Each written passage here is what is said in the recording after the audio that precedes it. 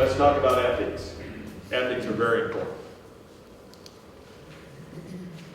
You have put yourself in the public eye. You've chosen to be a public person.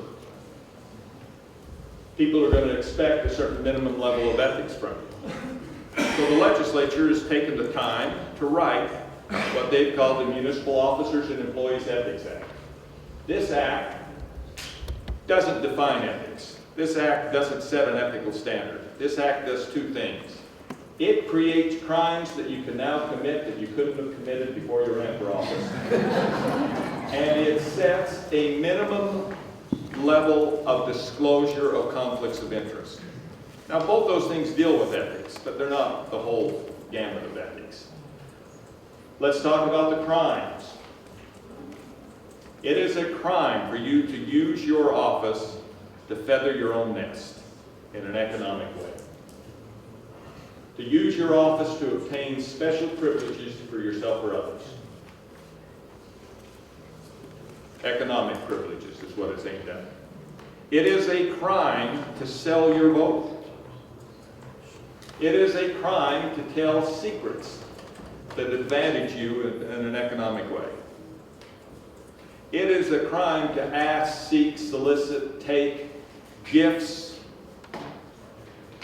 that are worth more than $50, any cash gift worth more than $50, with the exception of public awards and campaign donations.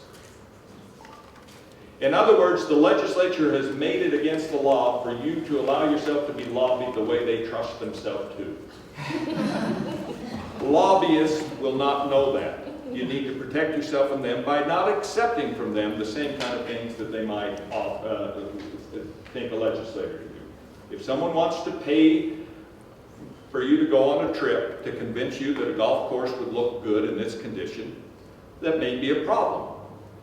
If someone wants to give you expensive tickets in order to influence you in the vote, it may be a problem.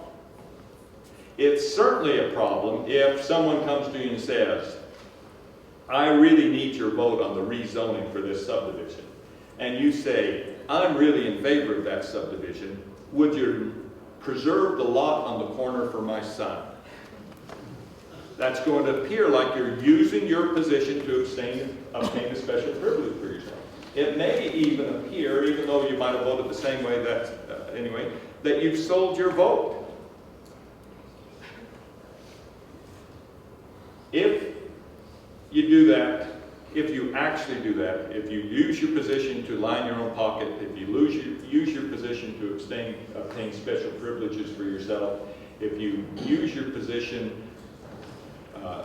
information you've obtained in your position to further your own economic interest inappropriately, shame on you, you deserve to be prosecuted.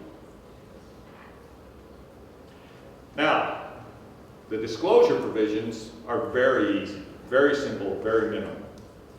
You are required to disclose whether or not you or your close family members have an economic interest in a business that does business with your community.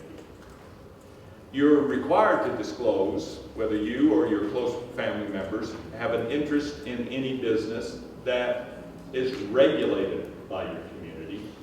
And you're required to disclose any personal interest that conflicts with your public duties. That last one's can be a little amorphous, but it's an economic interest it aims at. We all have personal interests. The disclosure is in two forms. You make a written disclosure that's given to your mayor. The mayor then makes sure it's on file with the city and reports it to the council, and the public has the right to see that, and everybody knows. You also make an oral disclosure when the issue comes up in the public meeting to remind everybody.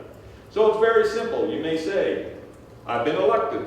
Oh, my business has a business license in this community. I'm going to disclose that. I own a business that has a business license. Oh, look, my business sells office supplies and the city sometimes buys it. I'm going to disclose that. I own a business that sells things to this city at times. And you put that in writing. And then 6, 9 months go by and you show up at the city council meeting and you look at the agenda and item there says, raising business license fees. And you raise your hand and you say, I want the minutes to reflect and everybody to remember, I own a business. It has a license. That's my business license fee you're going to raise. I'm disclosing this conflict of interest. That's what the law requires. It does not require you to recuse yourself. It does not require you not to participate. It does not require you not to vote. If you feel like you can still vote and vote the public's interest, and you say, I was elected as a businessman, businessmen need to be represented too, I'm voting against this crazy business license fee. That's fine. You've disclosed. That's what the Ethics Act does. Now, some cities have a tougher Ethics Act. Cities by ordinance could adopt a tougher act. Provo has a tougher act. I know of one city that has an act that says, if you are required to disclose under state law, our rules say you may not vote. You must absent yourself from the meeting. That your vote, if you can't, will be counted as an absence. And that's perfectly all right too, but the state ethics law is a disclosure law, not a recusal law. Yes? So say if the city wants to buy or sell property and somebody on the council has a real estate license, can they sell or buy on behalf of the city, or is that federal ordinance? It could be. It depends. I wouldn't do it if I was that person. It would appear to the public as if they used their position on the council to get the listing. Now, perhaps, but there could be a situation where it wasn't that way. I mean, let's say they're the only real estate agent in town, or they have special expertise, and the rest of the council approaches them and says, we know you're on the council, but we really need you to do this, and all the disclosures.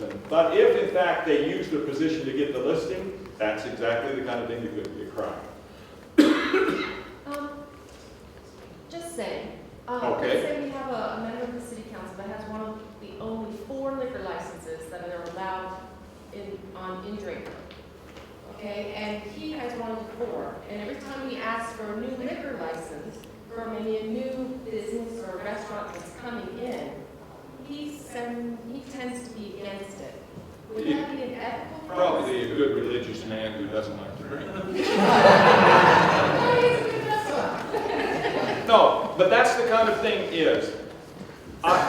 So should he recuse himself? He should disclose what the law says.